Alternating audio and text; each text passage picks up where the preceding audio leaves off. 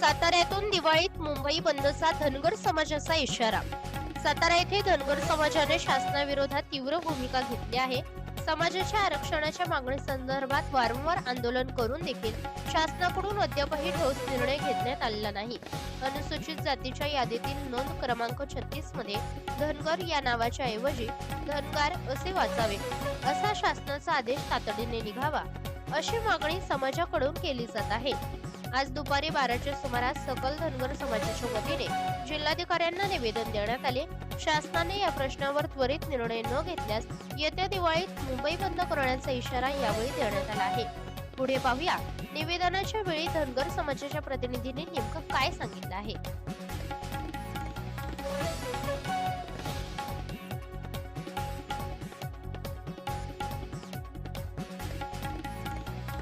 गेले 70 वर्ष धनगर समाज हा आरक्षणापासून वंचित आहे. या मागणीसाठी बऱ्याच योद्धांनी आमच्या प्रयत्न केले.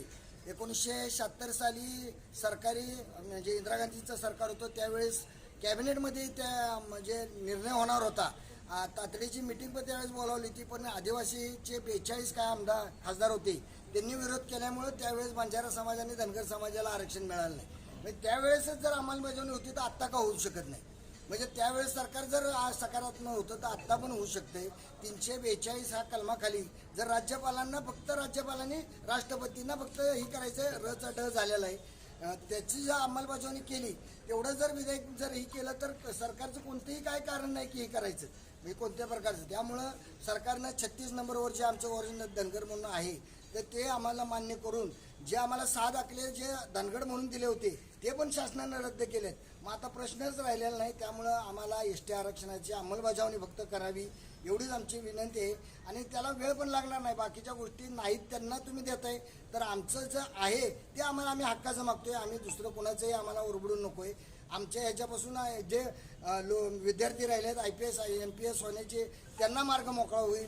जे काही सरकारी नोकर असतील याच्यात आम्हाला जे हे होईल तर ते सगळ्या गोष्टी धनगर समाजाला मिळाव्यात यासाठी न्याय हक्कासाठी हे चाललेले आहे. ऐन जर आता आमचे दीपक बोराटे बसलेले आहेत, असंच जर संपूर्ण महाराष्ट्रात 2014 प्रमाणे जर परत बघू आमचं पिवळं वादळ जर झालं तर सरकारला याचा मोठा परिणाम होईल.